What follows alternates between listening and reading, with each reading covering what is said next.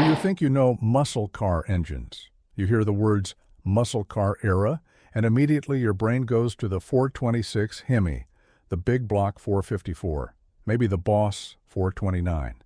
And yeah, those are legends. Nobody is arguing that. But here is the thing. For every engine that made it onto a poster in some teenager's bedroom, there was another V8 sitting under the hood of something fast, something terrifying, something that could embarrass those so-called legends at a stoplight or on a drag strip, and almost nobody remembers it. Today, we are counting down the 10 best unknown V8 engines from the muscle car era. These are the ones that history forgot, but the guys who raced against them never did. If you are into this kind of stuff, do us a favor and hit that like button and subscribe. It really helps the channel. All right, let us get into it. Number 10, the Studebaker 289. Before you laugh, hear me out. Studebaker. Yes, the company most people associate with covered wagons and going out of business. But before they closed up shop in the late 1960s, they were building one of the most indestructible V8s ever bolted into a car. The 289 cubic inch V8 debuted way back in 1951, and on paper, it does not sound like much. It was a relatively small engine for the era, and Studebaker was already struggling to keep up with the big three. But this engine had a secret weapon. It was practically bulletproof. The 289 featured a gear-driven camshaft instead of the chain-driven setups everyone else was using. It had forged internals, solid lifters, and an insane 18-cylinder head bolts. 18. Most engines of the era had about 10. That might not sound exciting until you realize what it meant in practice. This engine could handle boost, serious boost, superchargers, turbochargers, you name it. The Studebaker 289 could take it and ask for more. In the 1950s and early 1960s, hot rodders figured this out and started strapping blowers onto these things. The results were terrifying. Studebaker even offered a factory supercharged version in the 1957 Golden Hawk that made 275 horsepower, which was the second most powerful engine available in any American car that year, behind only the Chrysler 300. On the drag strips, modified Studebaker 289s were running with and sometimes beating the big Chevys and Fords. The engine's architecture was so far ahead of its time that some racing teams were still using them well into the 1970s. And here is the kicker. Almost nobody today gives Studebaker any credit. The company died, and the engine's reputation died with it. But those who know, know. This was one tough little V8. Number 9, the AMC 390, Machine American Motors Corporation, the scrappy underdog of Detroit that nobody took seriously until it was too late. AMC never had the budget, the dealer network, or the marketing muscle of the big three. But in 1970, they did something nobody expected. They built the machine. Yes, that was actually the car's name, the AMC Rebel Machine. And the engine under its hood was a specially tuned version of the 390 cubic inch V8 that was, frankly, one of the most underappreciated power plants of the entire muscle car era. The standard AMC 390 made a respectable 315 horsepower, and it was a solid engine. Good torque, reliable, nothing to complain about. But the machine version was different. AMC engineers gave it a hotter camshaft, improved cylinder heads, a redesigned valve train, and most importantly, a functional ram air hood scoop that actually fed cold air directly into a 690 CFM Motorcraft 4-barrel carburetor. The result was 340 horsepower and 430 pound-feet of torque, making it the most powerful vehicle AMC ever produced during the muscle car era. On the drag strip, the machine could run the quarter mile in the low 14-second range, which was right in the thick of the competition with cars costing thousands more. Here is the really tragic part, though. AMC only built the machine for one single model year, just 1970. That was it. The following year, the 390 was replaced by the 401, which was essentially the same engine stroked out for more displacement, but actually made less power due to tightening emission standards. So the machine 390 existed for one glorious year, did its thing, and then vanished. Today, finding one is like finding a unicorn in a junkyard. Most collectors have completely forgotten this engine exists, and that is a genuine shame because it proved that the little guy from Kenosha, Wisconsin, could throw a real punch. Number 8. The Oldsmobile W31 Ramrod 350. When people think of Oldsmobile muscle cars, they think of the 442, big engine, big power, big everything, and that is fair. The 442 with its 455 V8 was a legitimate monster. But Oldsmobile had a secret weapon that most people completely overlook, and it came in a much smaller package. In 1968, Oldsmobile introduced the W31 option on the Cutlass. It was a special high-performance version of the 350 cubic inch small block, and on paper, it seemed almost modest. 325 horsepower, that is it. Sounds boring compared to the big block cars, right? Well, not so fast. Like most performance engines of the era, that 325 figure was a deliberate understatement. Oldsmobile wanted to keep insurance costs low for the young buyers who were their target market. The real output was closer to 350 horsepower when independent testers put it on a dynamometer. The Ramrod 350 came loaded with performance hardware. A high-lift camshaft, larger valves, flat-top forged pistons, and a cold air induction system that pulled fresh air through special hood scoops. It breathed through a Rochester Quadrajet 4-barrel carburetor, and it revved with an eagerness that big blocks simply could not match. But here is what made it truly special: the car it sat in. A W31 Cutlass looked exactly like a base model two-door Cutlass. No special decals, no spoilers, no hood scoops visible from the outside, nothing to tip off the guy in the next lane. It was the definition of a sleeper. And in the quarter mile it was running mid to low 14-second times, which put it right alongside cars with engines 100 cubic inches larger. The W31 was lighter, handled better, and could humiliate the competition before they even knew what hit them. Oldsmobile only offered the W31 for a few years, and production numbers were tiny compared to the 442. Today, it remains one of the most underappreciated performance packages of the entire era. Number 7. The Chevrolet L78 396. Now you might be thinking, wait a minute, the Chevy 396 is not unknown, and you would be partially right. Everyone knows the 396 existed. It powered Chevelle SS, Camaros, Novas, and a bunch of other iconic machines. But here is the thing. Most people do not realize there were 7 different versions of the 396, and only one of them was the real deal. That was the L78. And the L78 is the most underrated big block Chevrolet ever built. When it debuted in 1965 in the Corvette, the L78 was rated at 425 horsepower. It had an 11-to-1 compression ratio, a solid lifter camshaft, 4-bolt main caps, a forged crankshaft, and an aluminum intake manifold topped with a Holley 4-barrel. This thing was essentially a race engine that Chevrolet somehow managed to slip into production cars. Starting in 1966, when it moved exclusively into the intermediate and smaller car lineup, Chevrolet mysteriously dropped the rating to 375 horsepower. But here is the secret that enthusiasts have suspected for decades, and that was finally confirmed in a 2016 Hot Rod Magazine dynamometer test.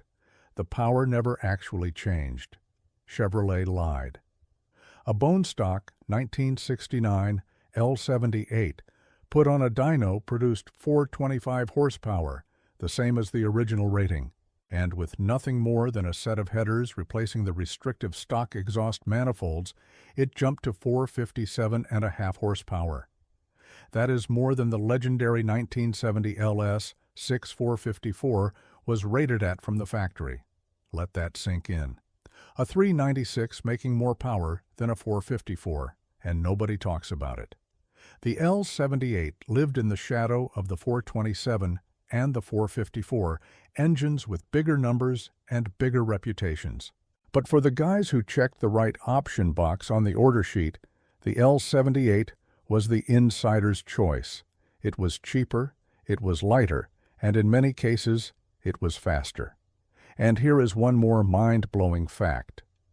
In 1970, the final year of production, L78 Chevelle were actually rarer than the legendary LS6 cars. Only about 2,144 L78s were built versus 4,475 LS6s. The rarer engine, the more powerful engine in real-world testing, and yet the one nobody remembers. Number 6, the Buick 400 Grand Sport Buick, your grandfather's car, the brand of soft suspensions, plush interiors, and quiet highway cruising. At least, that is what most people think. But in the late 1960s, Buick's performance division was quietly building one of the best V8s in the entire General Motors stable, and almost nobody noticed. The Buick 400 cubic inch V8 powered the Grand Sport, and it was, pound for pound, one of the most effective muscle car engines money could buy. While most enthusiasts today remember the Buick 455 and particularly the legendary Stage 1 version, it was actually the 400 that established Buick's street credibility in the first place. The 400 produced 340 horsepower and an absolutely massive 440 pound-feet of torque. Those torque numbers are what set it apart. In a straight line, the Buick Grand Sport with the 400 was running 13.9-second quarter miles. That is faster than most big block Chevelles of the same period. Faster. In a Buick. And nobody believed it at the time, either. Car and driver ran a comparison test and could not hide their surprise. The problem was, Buick had an image problem. Nobody walking into a Buick dealership in 1967 or 68 was looking for a drag car. They wanted comfort and luxury. So the Grand Sport sold in relatively modest numbers compared to the GTO or the Chevelle SS, and the 400 engine got buried under the reputation of being, well, a Buick engine. When the 455 arrived for 1970, the 400 was quickly forgotten, but the torque monster deserves more respect. It proved that cubic inches were not everything, that engineering and efficiency could beat brute displacement. The Buick 400 was making the same power as engines 50 or 60 cubic inches larger, and doing it with better manners and arguably better reliability. For the smart money buyer in the late 60s, this was the engine to have. Number 5. The Chrysler 346 Pack.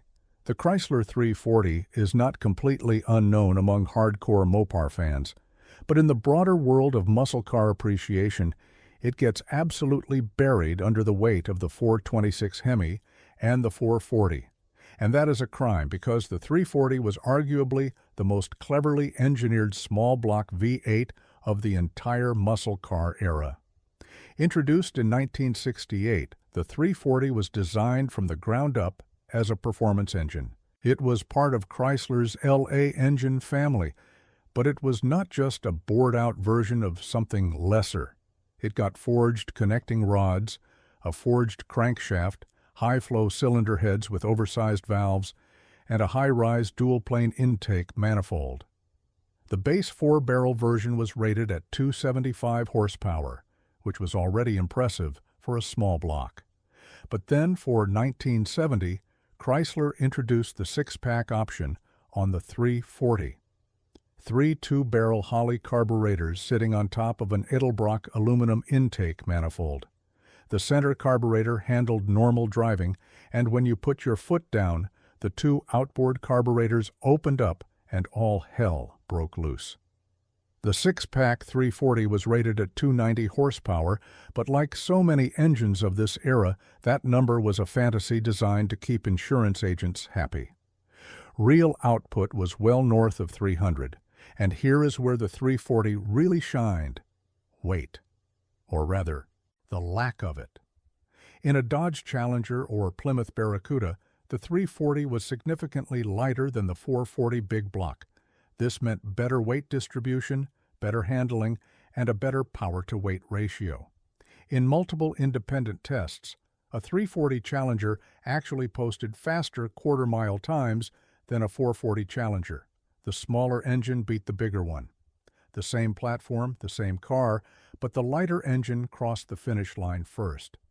For the guys who understood the physics of drag racing, the 340 was the smart choice.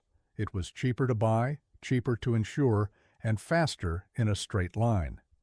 Yet today, a 426 HEMI Cuda will sell for 6 or 7 figures at auction, while a 346 pack version goes for a fraction of that price. Number 4.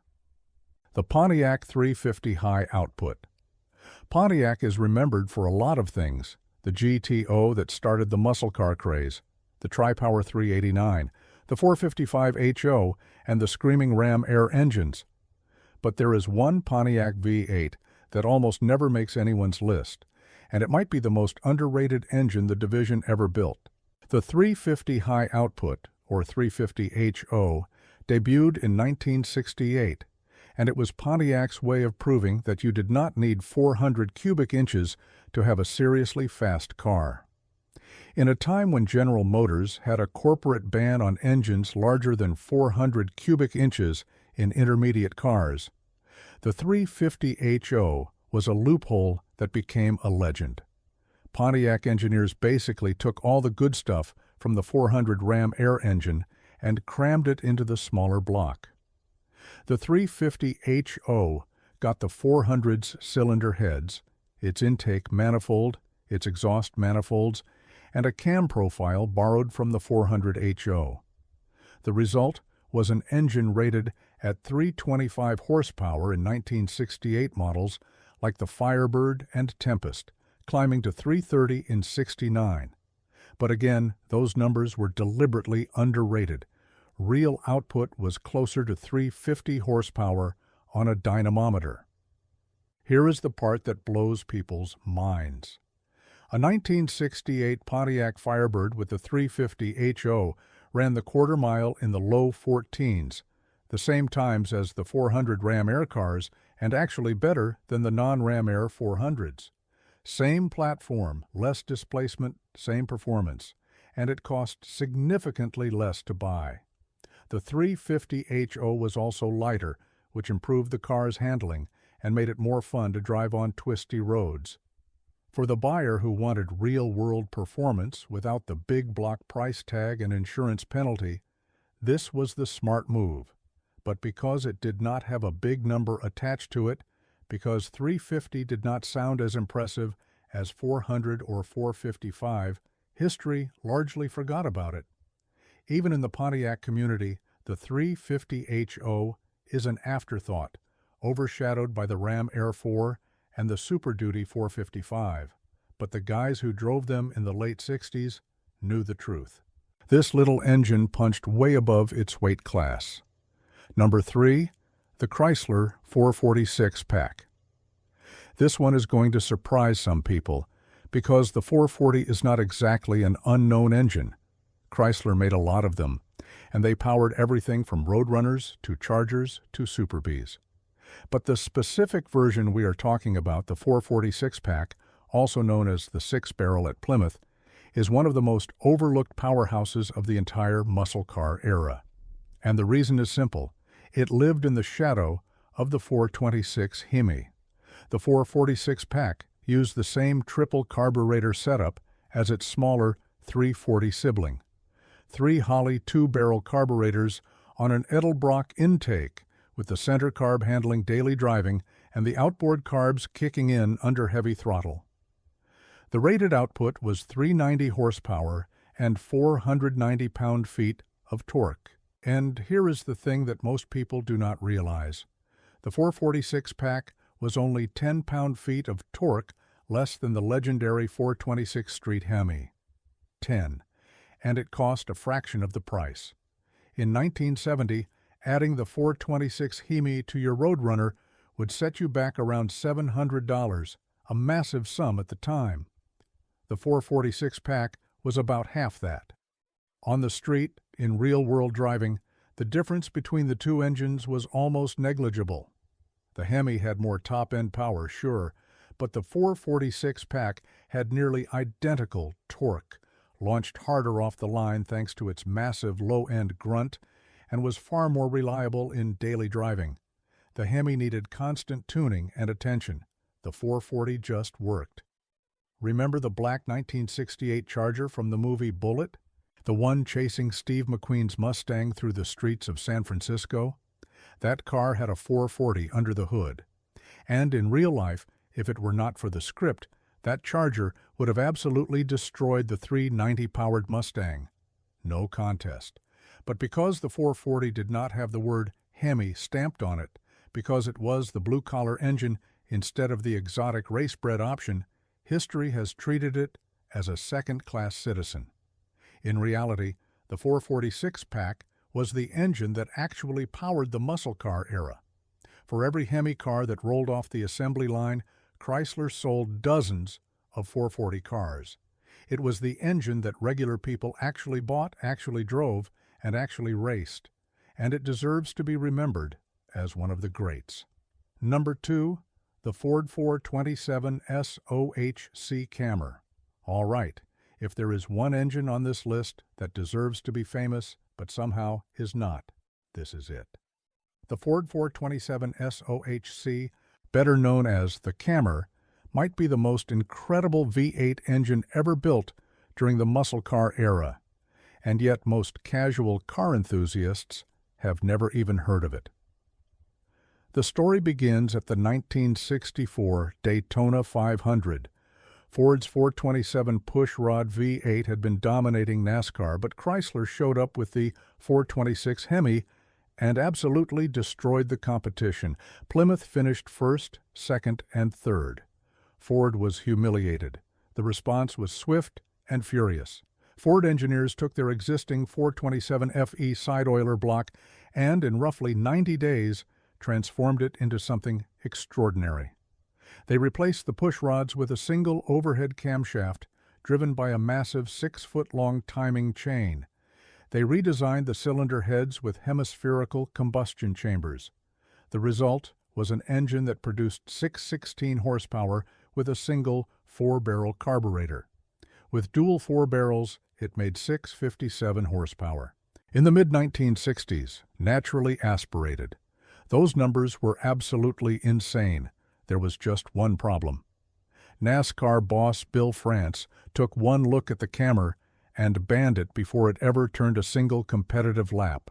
France considered the overhead cam design too exotic, too European for his good old boy racing series.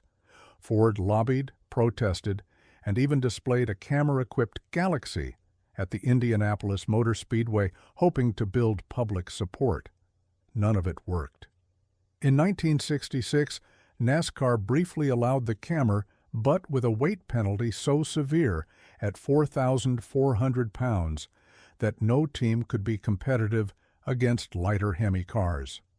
Ford said no thanks and pivoted to drag racing. And on the quarter-mile order, the Cammer was nothing short of devastating. Drag racing legend Connie Kalitta hit 200 miles per hour in a Cammer-powered car in 1965. Bill Lawton won both the NHRA and AHRA Winter Nationals with a Cammer. Pete Robinson won the 1966 NHRA World Championship with one. The engine dominated the drag strip for years. Ford built approximately 500 Cammers between 1964 and 1967.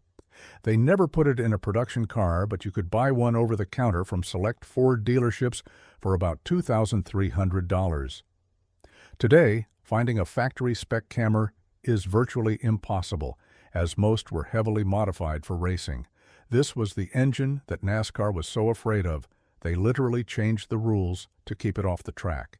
That alone tells you everything you need to know about how good it was. Number 1. The Pontiac 421 Super Duty. And here we are. Number 1. The engine that, in our opinion, deserves to be mentioned in the same breath as the 426 HEMI, but almost never is. The Pontiac 421 Super Duty, this engine did not just participate in the muscle car era, it helped create it. In 1961, the horsepower wars were heating up. Chevrolet had its 409, Ford was building its big FE engines, Dodge was developing the Max Wedge, and Pontiac, which was quickly establishing itself as General Motors' performance division, decided to go all in. They took the proven 389 and bored it out to 421 cubic inches. Then they built it like a race engine, because that is exactly what it was. Forged steel crankshaft, forged steel connecting rods, forged aluminum pistons, dual Carter 4-barrel carburetors sitting on an aluminum intake manifold. The official rating was 405 horsepower, but everybody knew that was a lie.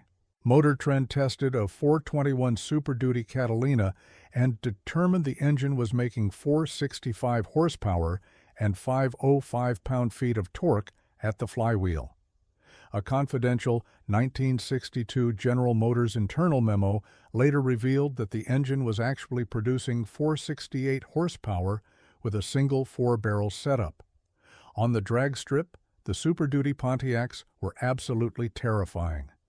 A 421 Super Duty Catalina could run the quarter mile in 12.27 seconds at over 114 miles per hour. In 1962, that was essentially alien technology. Pontiac won 30 out of 52 NASCAR races in 1961. On the drag strip, the Super Duty cars were virtually unbeatable, and then Pontiac did something insane for 1963. They drilled huge holes throughout the frame rails of the Catalina to reduce weight, creating what became known as the Swiss cheese cars. Aluminum body panels replaced steel wherever possible. The result was a race car wearing a street car's clothes that could run 12 straight off the showroom floor.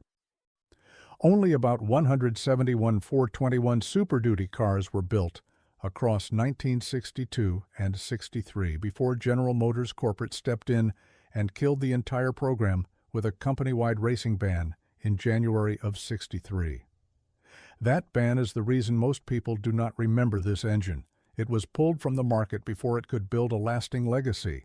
But for the brief window that it existed, the Pontiac 421 Super Duty was the most dominant engine in American motorsports. It helped establish Pontiac as a performance brand, paved the way for the GTO that would launch the muscle car era a year later, and terrified every other manufacturer in Detroit. Today, survivors are among the most valuable and sought-after muscle car engines in existence, but they remain virtually unknown outside of hardcore Pontiac circles. And that is why it is our number one, not just because it was powerful, not just because it was dominant, but because it literally helped create the world that all the other famous engines lived in and then got erased from the story. And that is our list. 10 unknown V8 engines from the muscle car era that deserved way more recognition than they ever got. From a Studebaker that could handle more boost than engines twice its size, to a Pontiac that was literally too fast for General Motors to allow it to exist. Which one surprised you the most? And did we miss any? Drop your thoughts in the comments section below. We love hearing from you. And if you enjoyed this deep dive into the forgotten side of muscle car history, go ahead and hit that like button, subscribe, and ring the notification bell so you do not miss the next one. Thanks for watching, and we will see you next time.